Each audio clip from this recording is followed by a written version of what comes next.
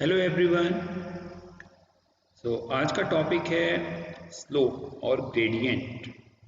Okay, सो ये जो आपकी लाइन है A C that has an inclination और वो इस हॉरिजॉन्टल प्लेन यानी बी सी जो आपका एक प्लेन है उस पर थीटा डिग्री के साथ इंक्लाइंड है। ओके, सो क्या कॉन्सेप्ट है पहले देखते हैं। If theta that is not equal to 90 degree, ये जो थीटा है अगर इसकी वैल्यू 90 डिग्री नहीं है, it is the inclination of a straight line, then tan theta is called its slope or gradient। तो दो टर्म्स हैं आपके, slope of a line and gradient, तो ये दोनों का मतलब सेम है। तो this theta is basically the gradient और the slope of the straight line, और इसको रिप्रेजेंट कैसे करते हैं इस थीटा को, tan theta. So the slope of any inclined plane is the ratio between the vertical rise of the plane and its horizontal distance। Okay, तो simple सा कहने का सेंस ये है कि the slope is the ratio of vertical, so vertical कितना है हमारे यहाँ पे A B. Okay, so vertical distance is A B divide by horizontal distance and that horizontal distance is BC and this is basically tan theta। so tan theta का हमने formula पढ़ा है 10th की ट्रिग्नोमेट्रिक्स में, that tan theta is perpendicular upon base।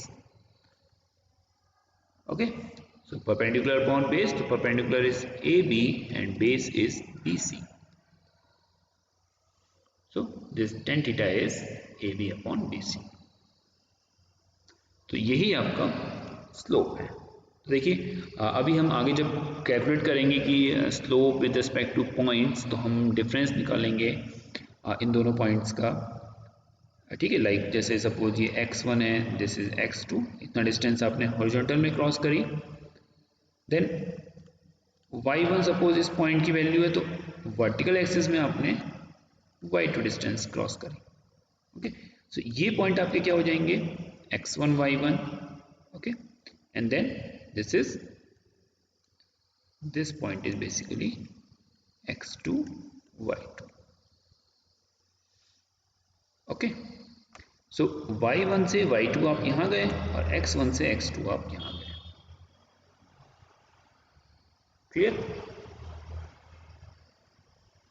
तो आप basically क्या calculate करेंगे, आप कैलकुलेट करेंगे x2 minus x1 divide by y2 minus y1।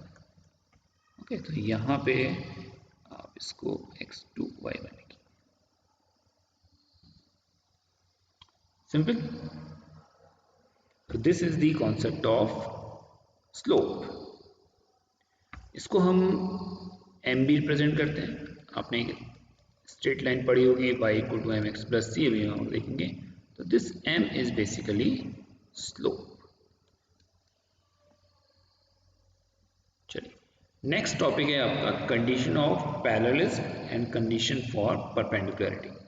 Okay, so m1 m2 ये जो हैं दो लाइंस के स्लोप हैं। सो इफ टू लाइंस, देखिए क्या कंडीशन है पैरेललिज्म की, if two lines are parallel, अगर दो लाइंस हैं आपकी जो कि क्या हैं, पैरेलल है। सो एक लाइन है ये A, एक लाइन आपकी B है। लाइन A का जो स्लोप है that is m1, line B का जो स्लोप है दैट इज m2। ओके, सो दो लाइंस हैं आपकी and their slopes are equal, और कंडीशन ये है कि इनके जो स्लोप्स की वैल्यू है, जो आपने वैल्यू कैलकुलेट करी इनके स्लोप्स की, वो इक्वल। ओके, सॉरी कंडीशन नहीं, इनकी मतलब आप ये कह सकते हैं कि अगर दो लाइंस पैरेलल हैं तो उनके स्लोप्स हमेशा इक्वल होंगे। ओके, सो मैं एक्चुअली आपको ये बता रहा था कि दो लाइंस हैं जिनके जो स्लोप्स हैं वो क्या हैं, m1 और m2 हैं। तो अगर ये दो लाइन पैरेलल हैं, उनके स्लोप्स m1 और m2 हैं, तो कंडीशन ये होती है पैरेलल्स की कि ये दोनों क्या होंगे, इक्वल होंगे। ओके, सो यही यहाँ लिखा है that slopes of the two parallel lines be m1 and m2, then by the condition of parallelism m1 is equal to m2। Okay, perpendicularity क्या कहता है कि सपोज कोई दो लाइंस हैं जो कि क्या है, परपेंडिकुलर है। So if two lines are perpendicular, perpendicular कब होंगी, जब वो 90 डिग्री का एंगल बना रही होंगी, परपेंडिकुलर है, then the product of their slopes is -1। तो सपोज अगर इस लाइन का स्लोप m1 है और सेकेंड लाइन का स्लोप m2 है, तो इनका जो प्रोडक्ट है that is m1 into m2, it is always equal to -1. So then the product of their slopes is -1. Okay. तो ये दो कंडीशन आपको याद रखनी है कि अगर दोनों लाइंस पैरेलल हैं तो उन दोनों के स्लोप्स आपस में इक्वल होंगे, यानी कि m1 इक्वल टू m2। अगर दो लाइंस परपेंडिकुलर हैं देन उनके स्लोप्स का मल्टीप्लिकेशन -1 होगा, means m1 into m2 equal to -1। तो ये कंडीशन आपसे एग्जाम में पूछी जा सकती है और इनके बेसिस पे न्यूमेरिकल्स भी पूछे जा सकते हैं आप लोगों से। तो देखिए हम क्वेश्चन करते हैं इसके ऊपर। सपोज एक प्रॉब्लम है आपकी, find the value of k so that the line joining 3, k and 2, 7 is parallel to the line through -4, 4 and 0, 6। Clear. तो देखिए क्या कहा इन्होंने कहा कि ये जो दो लाइन्स हैं वो पैरेलल है, तो हमने एक नाम दे दिया लाइन ए और line B, and A is parallel to B. Okay, अब सबसे पहले हमें क्या निकालने पड़ेंगे, उन लाइन्स के स्लोप। क्यों, क्योंकि हमें पता है कि अगर दो लाइन पैरेलल हैं तो उनके स्लोप आपस में इक्वल होंगे और हमें एक अननोन निकालना है के। और स्लोप कैसे कैलकुलेट किया जाएगा, स्लोप कैलकुलेट करेंगे हम y2 minus y1 divide by x2 minus x1।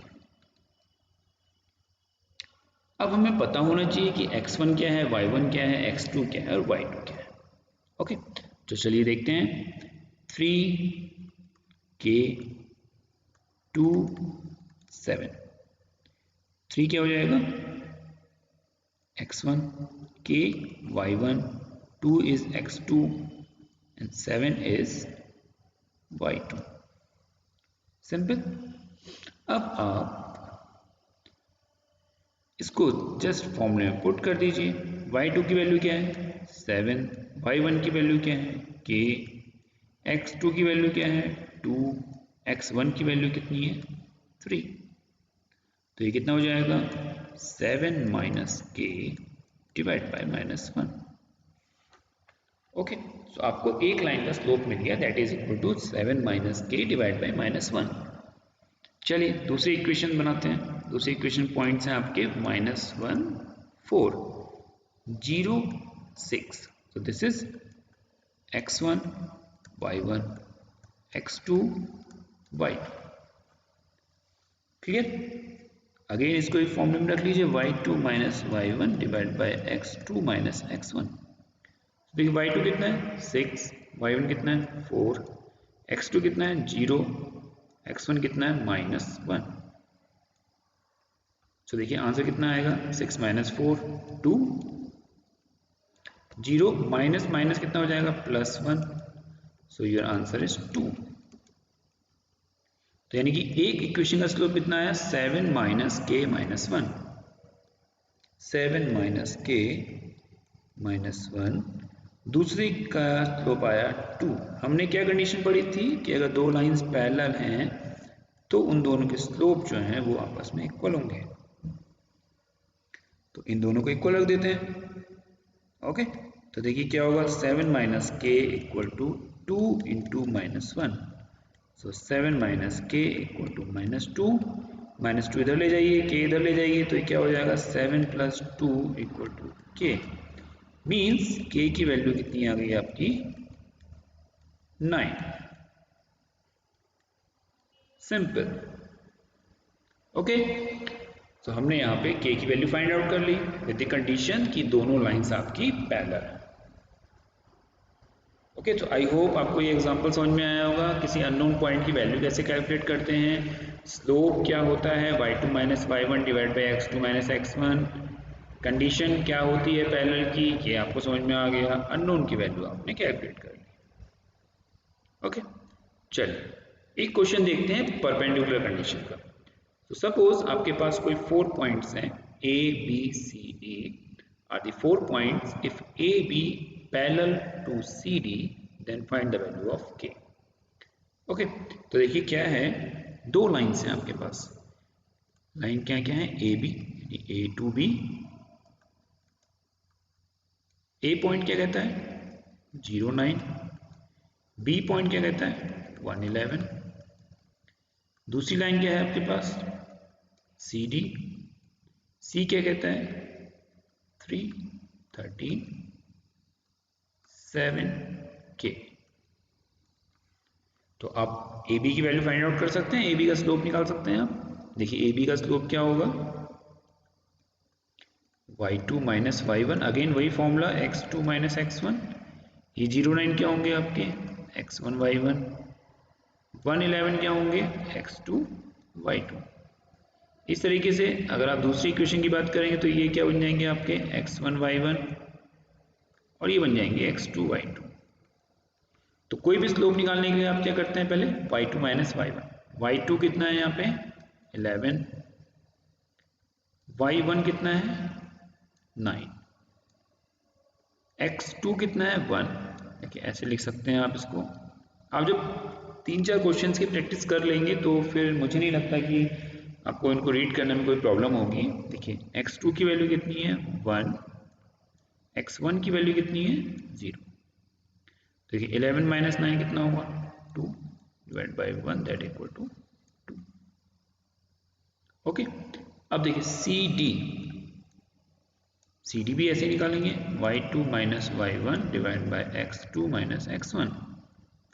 देखिए इसका y2 k 7 3 13, so y2 is k, y1 is 13, x2 is 7 and x1 is 3।